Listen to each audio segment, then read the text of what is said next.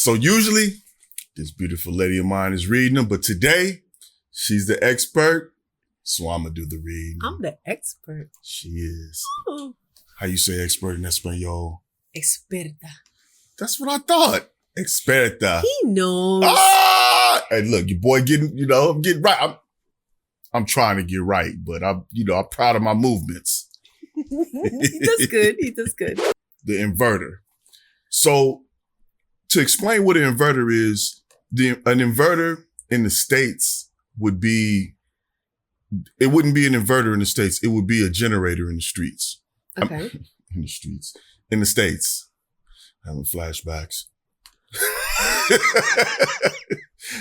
In the States, it would be a generator, which is gas powered. Here, an inverter is battery powered. An inverter, what an inverter is for is when the electricity cuts out.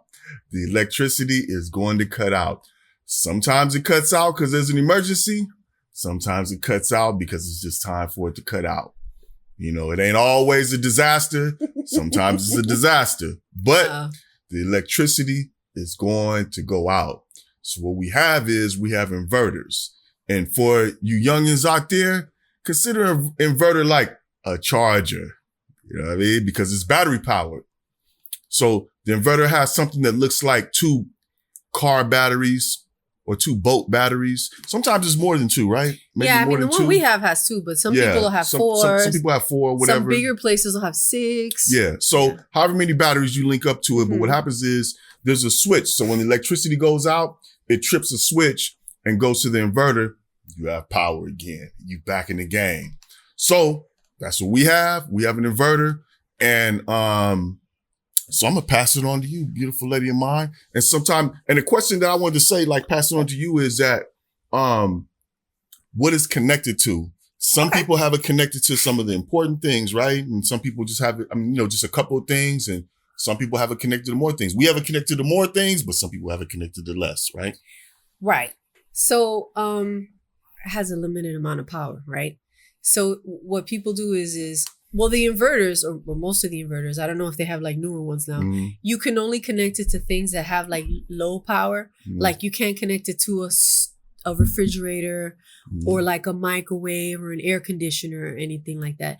Because I think we get a little AC. Because remember we were trying to no, just a fan. Just a fan? Mm-hmm. Oh, okay. No, our fan is serious. He probably thought it was the AC. No. You know why I thought it was the AC?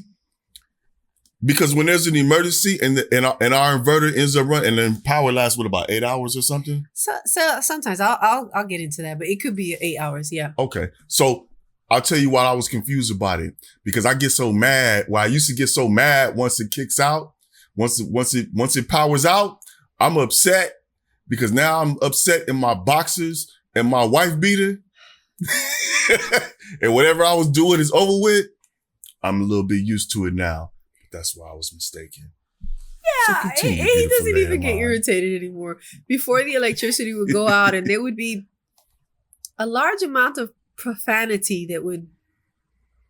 Yeah, now I was doing something I wanted to do, like staying cool. Mm-hmm. No, so the inverters will charge things that are low power things. So what most people do is they'll have...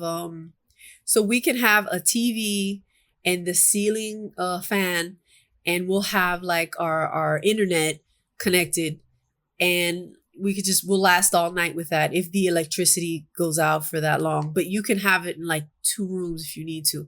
And then we only have 2 batteries in our inverter. So I guess you could do 8 hours if you really needed to stretch it in 2 rooms or something. And it's not usually out for 8 hours. It's rare. But then you disconnect everything else and you kind of turn everything off so you can save the amount of power that you have. So that's how that works. Right. Mm-hmm. But normally it doesn't go out for that long. And he said, there's a lot of reasons why the electricity goes out. Sometimes it's due to a poor infrastructure. Our grids are really, really old, even though the government has gone fixing them through the years. Because I remember when I was a little girl, the electricity would go out for, the whole day. And it would be the whole day in neighborhoods. And sometimes it'll be 2 and 3 days in a whole neighborhood. And it was really bad. I remember when I was younger. And then as time has gone by, like now there are neighborhoods that the electricity will go out once a week for like an hour or two or something in certain neighborhoods, because as time goes by, the system gets better and better. So it could be because of poor infrastructure. It could be like he's just something broke, maintenance or whatever, right? And then it could be weather. Yeah, sometimes when it's been, we have those storms and it's been raining heavily for maybe 2 hours straight. Mm-hmm. Yeah. There's a chance you might as well start getting ready, because if it doesn't happen, God bless you. Mm-hmm. But, And there are some places where they have like scheduled outages. Like there are some sectors where the electricity will go out every day from this time to this time. And people just work around it because, it'll happen while you're at work. Nobody ever really even notices it. They come back and they only notice it because the clocks are like, the time is like blinking. So that's the only reason they know. So the electricity is getting better in a lot of sectors. In some sectors, they still have work to do. They do. Yeah. They do. Here is good. It's good here. What I notice here is that you may have a month without any of what you would call the scheduled ones. Mm-hmm. And then I can tell like maybe after a month, maybe 2 months, it'll start going off like maybe right at noon or something. Yeah. And it's just for a little while, like maybe an hour. Like it's called scheduled maintenance. Exactly. Sometimes you call the electric company and say, hey, what's going on, with the service? And they'll say, oh, you have scheduled maintenance. It's already reported. It'll be back within an hour. Or it'll be back at this time. And then they'll tell you. Yeah. But yeah, I'm getting better. I can just tell, like just talking about it. He's not even irritated talking about it. This is progress, bubbling. Congratulations. What the hell is going on? Now, I just know. Come out this shirt, take the,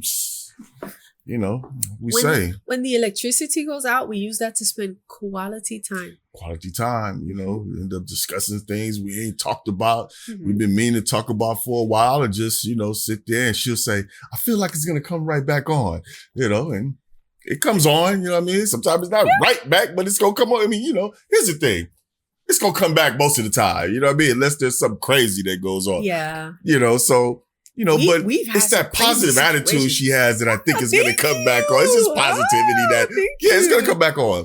But sometimes it interrupts you, you know what I'm saying? And you like, but now I think I've graduated, right? I think I'm doing better. Grown as a person, mi amor. You have grown. Que lo que, manito? Mm-hmm. Very Dominican, mi amor. Good pronunciation. So that was the inverter. Fellas, every place you go most likely has an inverter. You know what I mean? Even the Airbnbs, the hotels have generators. They on another level. I don't think they're inverters at the hotels. Most businesses will have both. Like for example, a salon.